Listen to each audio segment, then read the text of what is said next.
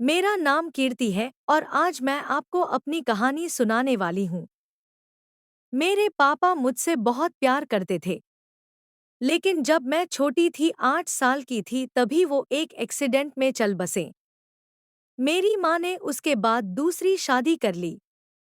सच बताऊं तो मैं नहीं चाहती थी कि मेरी मम्मी ऐसा करें, लेकिन उस समय मम्मी अकेली औरत थी, साथ ही छोटी बच्ची की जिम्मेदारी, इसलिए मेरी माँ ने शादी कर ली। मुझे मेरे सौतेले पिता बिल्कुल भी पसंद नहीं थे। मैं उन्हें पापा भी नहीं कहती थी। मम्मी ने कई बार कहा कि यह तुम्हारे पिता है, यही सच है। लेकिन मैंने नहीं माना, मेरे पिता तो इस दुनिया में नहीं है। यह तो सिर्फ मेरी माँ के पति थे, वो भी दूसरे। उनसे मेरा एक छोटा भाई भी है। वो एजेंसी का काम करते थे और अक्सर टूर भी किया करते थे। मेरे सौतेले पिता जब भी मुझसे बात करते या पास आते तो मैं उनसे बात भी नहीं करती थी।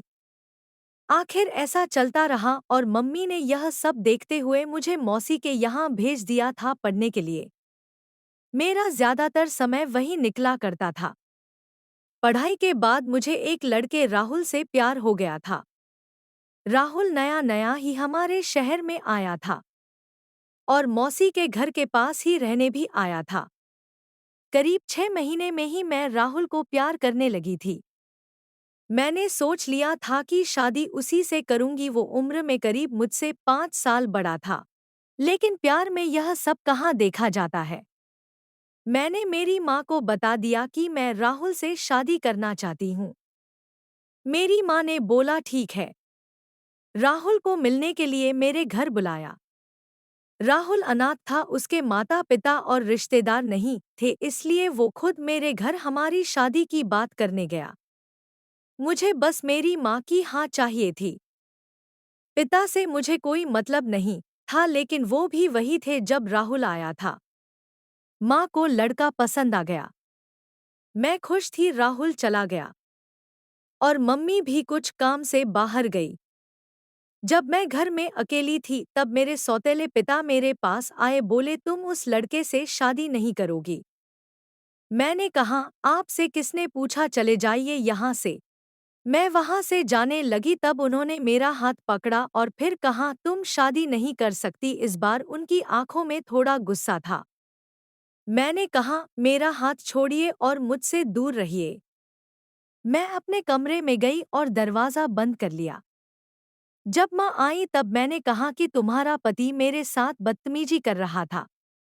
माँ ने कहा चुप रहो, कुछ भी उनके बारे में मत बोलो, वो हमेशा तुम्हारा भला सोचते हैं।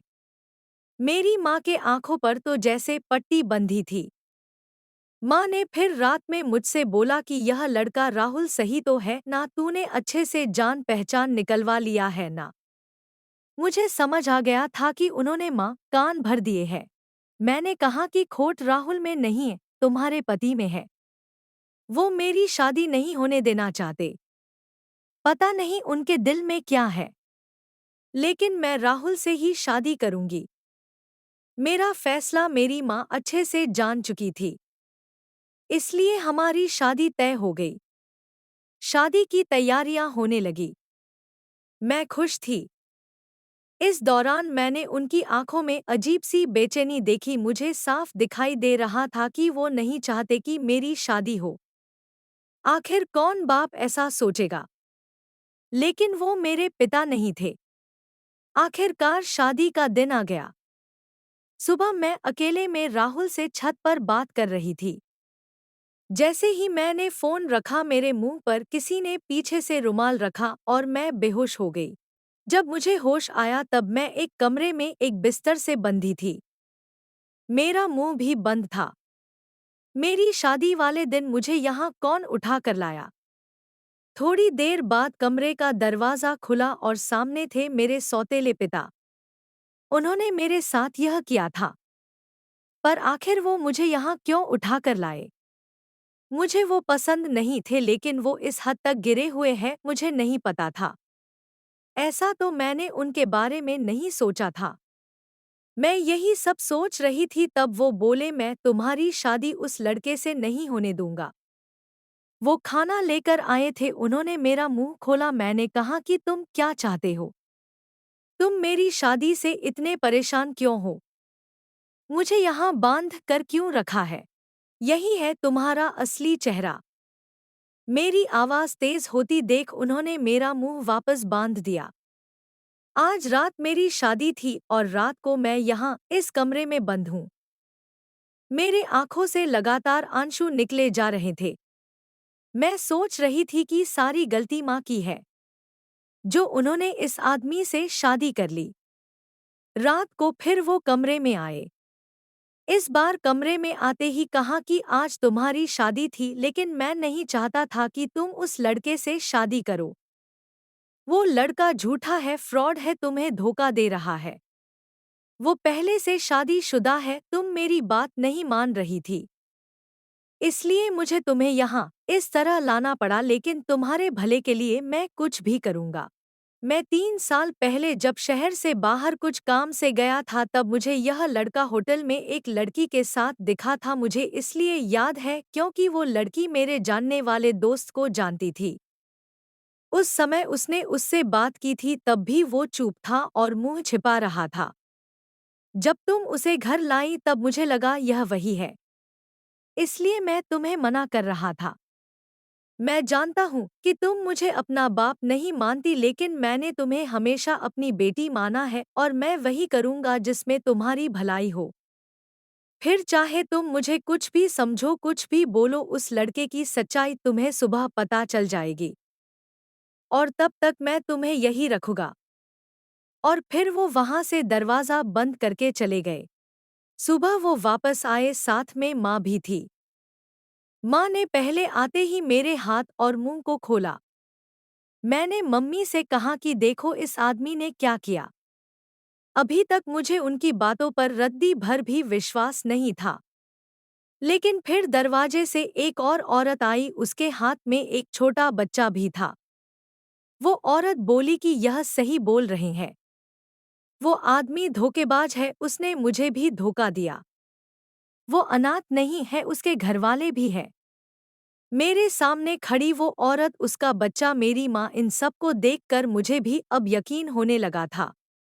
मैंने उसी समय राहुल को फ़ोन लगाया, लेकिन उसका फ़ोन ऑफ था। शायद उसे भी पता चल गया था कि उसकी सच्चाई सामने आ गई। उसके खिलाफ अब जो भी कार्रवाई होगी वो पुलिस करेगी। मेरे पिता उसके बाद भी मुझसे बात नहीं कर रहे थे। वो ऐसे ही रह रहे थे पहले की तरह, जैसे कि कुछ हुआ ही ना हो। 5 दिन बाद ही उनका बर्थडे था। मैंने पहली बार केक बनाया और उन्हें सरप्राइज़ दिया। उन्हें बोला हैप्पी बर्थडे पापा। मेरे ऐसा बोलते ही उनकी आंखों में आंसू आ गए। इतने सालों से दबा रखे थे शायद। बोले बेटा बस अब मुझे जिंदगी से कोई शिकायत नहीं, अब मुझे कुछ नहीं चाहिए। तुमने मुझे पापा कहा, बस इतना ही मैं सुनना चाहता था। तब मुझे समझ आया कि मैं कितनी कच्ची हूँ इंसान पहचाने में। घर में मेरे सामने मुझे इतना प्यार करने वाले पिता थे, मैंने उनका कभी सम्मान नहीं किया और बाहर उस राहुल की झूठी बातों में आ गई। मेरे पिता ने ना सिर्फ मेरी लाइफ बचाई, बल्कि मुझे यह भी बताया कि मैं कितनी गलत थी। दोस्तों, कहानी कैसी लगी ज़रूर बताना। पसंद आई हो तो वीडियो को लाइक करें। रोज़ एक बेहतरीन और नई कहानी सुनने के लिए चैनल को सब्सक्राइब करना मत भूलिएगा और कहानी को अंत तक सुनने के लिए आप सबका बहुत बहुत धन्यवाद। मिलते हैं आपसे एक नई कहानी के साथ।